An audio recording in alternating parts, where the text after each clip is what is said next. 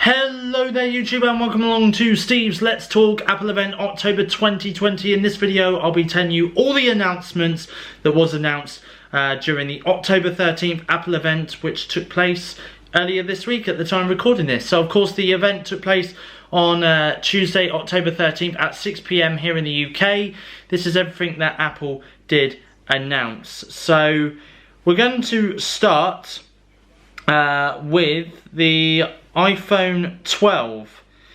So this is the iPhone 12, okay, that I'm going to talk to you about now. So it is thinner, it's smaller, and it's lighter. The iPhone 12 incorporates the new OLED Super Retina XDR display, boasting 460 ppi pixel density and Dolby Vision HDR support. It has a new ceramic shield protection layer on the screen as well. It uses the A14 Bionic chip, which is the same chip that's in the new iPad Air, which was obviously announced in last month's Apple event. With improved AI processing. It's got a new camera, of course, a dual setup with an f2.4 ultra wide camera and f1.6 wide night mode available on all cameras, and nighttime lapse as well. So it starts at $799 in the US, £799 in the UK, and in Australian money it's $1,349 in Australia. So there we go. So that is the iPhone 12. They also announced the iPhone 12 Pro and iPhone 12 Pro Max during the event as well. So both the 6.1-inch Pro and 6.7-inch Pro Max get premium materials and 3 cameras. That's right, it's been added an extra camera to the smartphone device, as well as LiDAR for depth mapping, AR and low light autofocus. The Pro Max has a new sensor on its third telephoto camera, which is obviously the added camera that's on the back of the phone, and that comes with a sensor shift image stabilization, which is popular in regular cameras. It also has a new format, Apple Pro RAW, which synthesizes computational photography and applies processing as parameters. So you can change adjustments like sharpness after the fact. For video, it can record 10-bit Dolby Vision HDR. So the Pro starts at $999 in the US, £999 in the UK, and in Australian dollars it's $1,699. And with the Pro Max, the price for that is $1,099 in the US, £1,099 in the UK, and in Australian dollars it's $1,849. The iPhone 12 mini also got announced as well. So there's the iPhone 12, iPhone 12 Pro, iPhone 12 Pro Max, and the iPhone 12 mini. So the 5.4-inch iPhone 12 mini has the same features as the iPhone 12, just smaller, thinner and lighter. It starts in the US with a $699 price tag.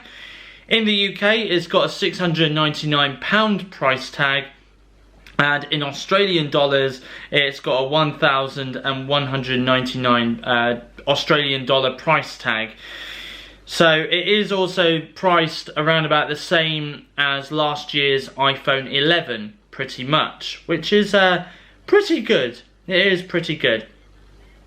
So that wasn't the only thing that Apple did announce during the event, because they also announced the HomePod Mini as well.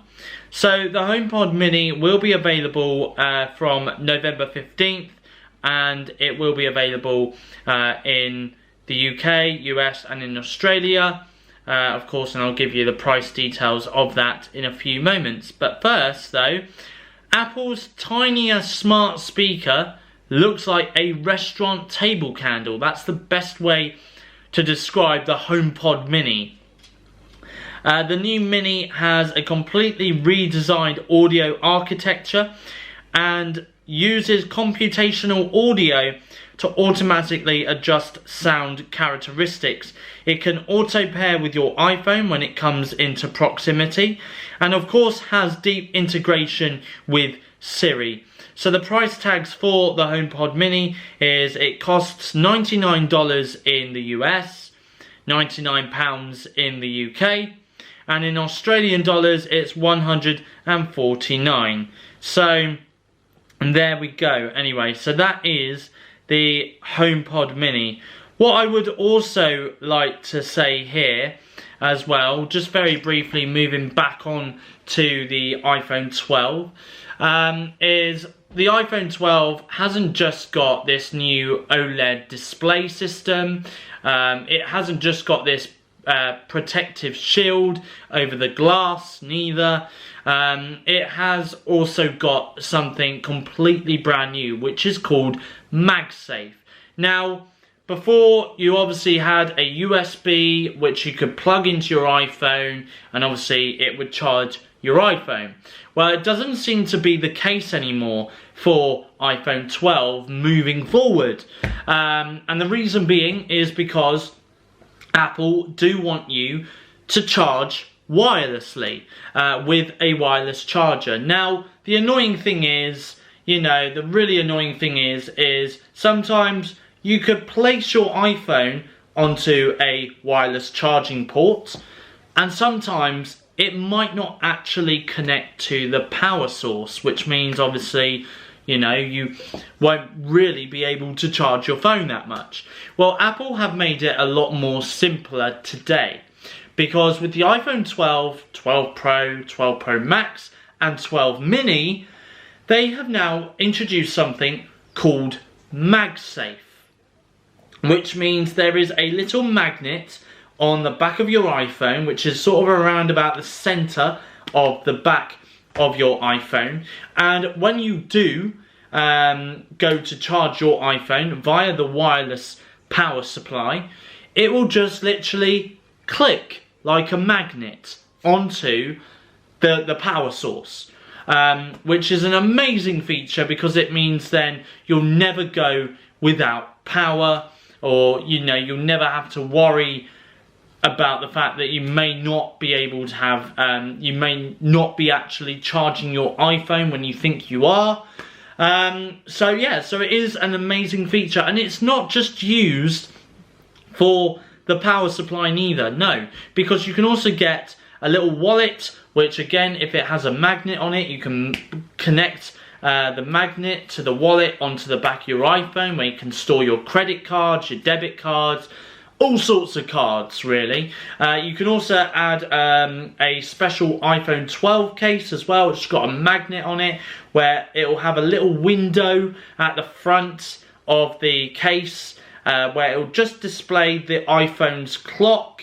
Again, that's another really amazing feature, and it's also really good because obviously where I've got this Apple Watch right here, the Apple Watch kind of already integrates the MagSafe thing, because obviously with the Apple Watch, when you go to charge it, of course there is a little magnet which it kind of clicks onto the charger, onto the wireless charger, and obviously for it to kind of charge. So it's really good that Apple have kind of moved the technology from the Apple Watch into the iPhones, and I'm sure moving forward they may do the same, maybe for the iPads and stuff like that moving forward. So it is really, really good to see that Apple have kind of bumped up a little bit this year on their new iPhone flagship range. And of course, this is a new decade, this is the new era of iPhone, and I'm sure moving forward as we go into next year, the year after and the year after that, I'm sure Apple are going to come